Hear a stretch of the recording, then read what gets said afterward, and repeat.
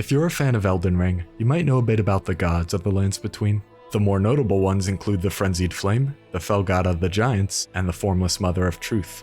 These gods all have their own envoys and followers, which, respectively, include the Three Fingers, the Fire Monks, and the Bloody Fingers. One thing that most of these gods and their followers share is something that I'm sure many players have noticed. The Frenzied Flame is represented by the Yellow Flame of Chaos, the Fell God allows the usage of the Red Flame of Ruin, the leader of the Bloody Fingers, Mohg, was granted the power of Bloodflame from the Formless Mother.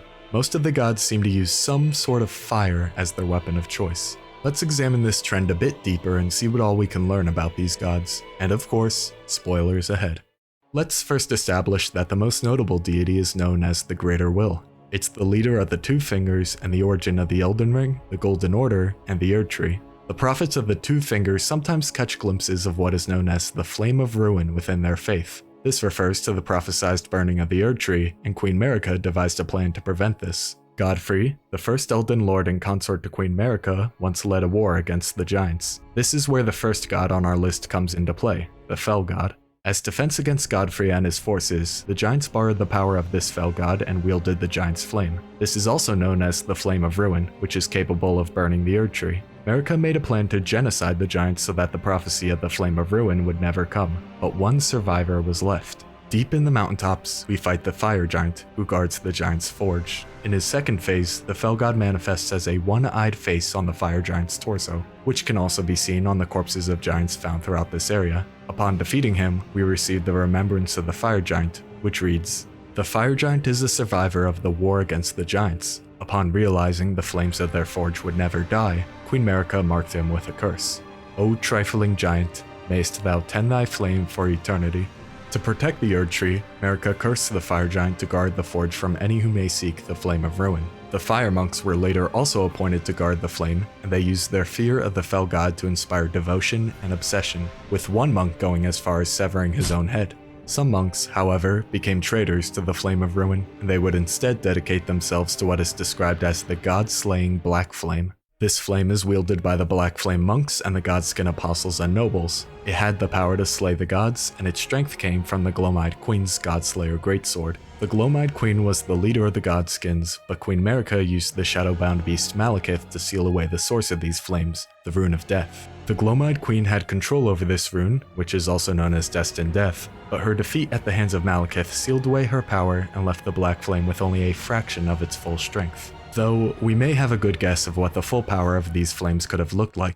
After unleashing the Rune of Death, we see red and black flames billowing out, allowing the red Flame of Ruin to engulf the Erd Tree. These flames can also be seen used by Malekith and the Black Knives, both of which borrowed their power from the Rune of Death. While the black and white God-slaying flame does additional damage over time on hit, the black and red fire does the same thing while also reducing the target's maximum hit points. I covered this in my last video, but the cutscene in which the Erd Tree burned contains a punctuation error that was the result of a cut piece of dialogue. This dialogue indicates that maybe at one point it was one of the versions of the Black Flame that burned the Erd Tree instead.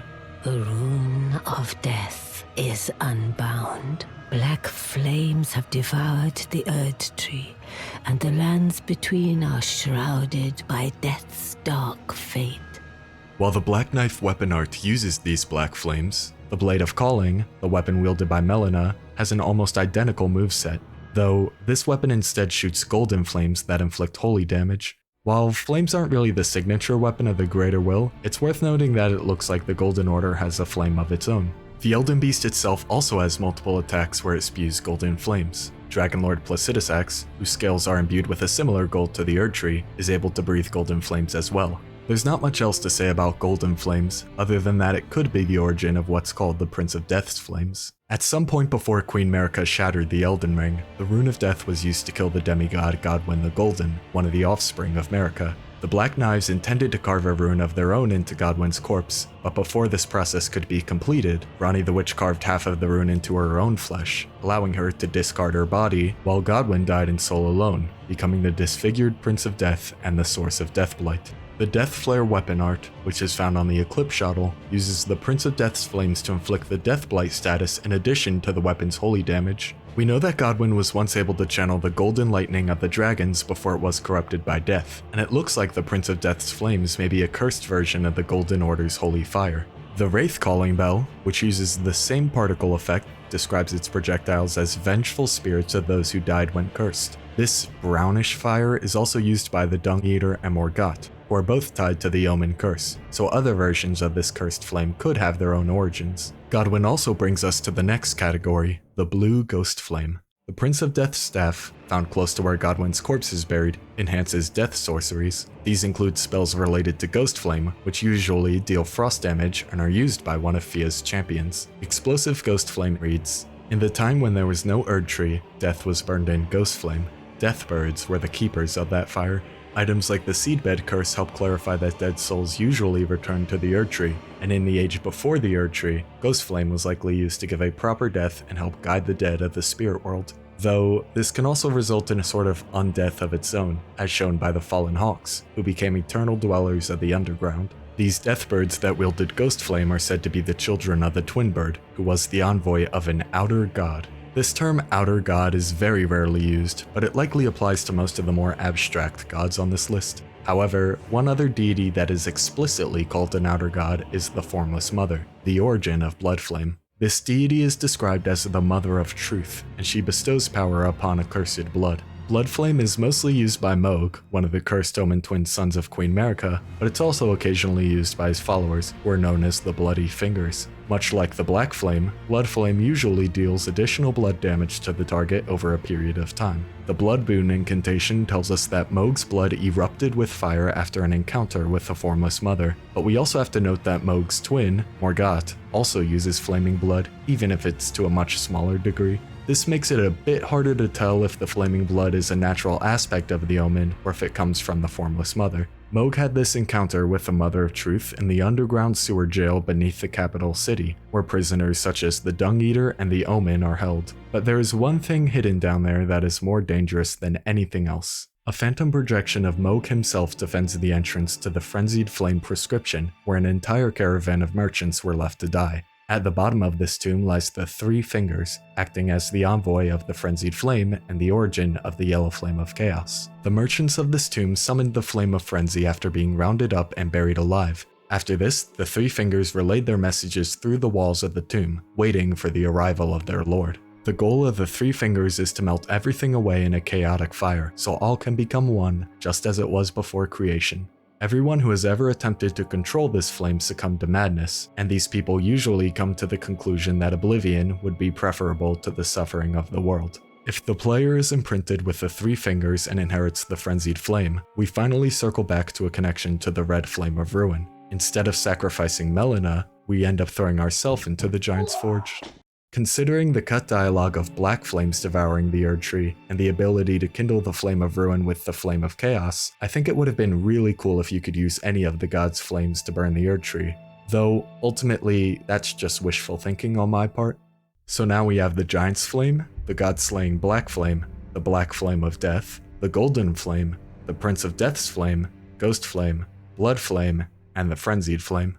There are even some additional lesser flames, like the Orange Blasphemous Flame that steals the health of enemies, and the Purple Flame of St. Trina that induces sleep. Though, we know about two major figures that defy this trend, being the Moon and the God of Scarlet Rot, but even they fit into this circle in their own way. Ranni the Witch is a firm believer in the guidance of the Moon and the Night. This chill night is marked by the detachment from any influence of the gods. So while most deities are represented by flame, the Age of Stars represents the opposite idea with its coldness and darkness. The Scarlet Rot, however, is shown to be repelled by flame, even if it doesn't seem to be fully effective. This fact makes the Scarlet Rot seem especially unique and alien with its direct opposition to flame. We should also note that General Radahn, who was consumed by Rot, is shown burning with a yellowish flame in Elden Ring's reveal trailer. There's also, of course, Margit's dialogue about the metaphorical flame of the Tarnished. Emboldened by the flame of ambition, someone must extinguish thy flame. Let me know of other connections that you know of in the comments, but for now, let's discuss the meaning of all of this. The flame of each god seems to be meant to burn something specific, like how the Fell God burns the Erd Tree, the Formless Mother burns accursed blood, and the Deathbirds burn death itself. In a previous video of mine, I discussed the connections made between the 2 and 3 fingers, and using some clues from the Shadowbound beasts, I theorized that the Greater Will and the Frenzied Flame were once a singular being known as the One Great, which ruled over Farum Azula. The Greater Will then introduced fractures and distinctions to the world, resulting in the current state of the lands between. The Frenzied Flame wishes to return to when distinctions did not exist and everything was one. According to the Lord's Divine Fortification spell, Gideon gained true knowledge after his long exchange with the 2 fingers, discovering all had been broken long ago, that the trembling fingers, bent with age, and the Erd Tree itself were no exception. If all of these deities were included in this theory and had similar origins, then that would explain the parallels and connections between them, including other trends like the importance of fingers or eyeballs. This all ties back to Elden Ring's core themes of causality, that which links all things in a chain of relation, and regression, the idea that all things yearn eternally to converge. These themes of distinctions, connections, and convergence are rooted in both scientific findings and Christian beliefs, but that's a topic for another day. Of course, if you've played Dark Souls, then this should all sound familiar to you. Before the first flame, there was only a gray, uniform world. But then there was fire. And with fire came disparity. Heat and cold, life and death, and of course, light and dark. The flame was then split into fragments which gave power to the godlike beings of this world. The player is then tasked with combining these souls together again and kindling the first flame. It's no secret that Elden Ring takes heavy inspiration from the Dark Souls series, so maybe this is all a reflection of stories already told. But what do you think? What do the gods gain by burning life and death in their flames? Do you have any thoughts or findings to add on to this? What's your favorite flavor of flame? I'm a big fan of the story behind the Frenzied Flame myself. On a final note, my birthday was this last week, so if you're watching this in late June or early July and you're feeling generous, then I'd love it if you subscribed to the channel or followed me on Twitter, where I post video updates and smaller pieces of content. If not, then I still appreciate you watching this to the end. Thank you so much for watching, and I'll see you next time.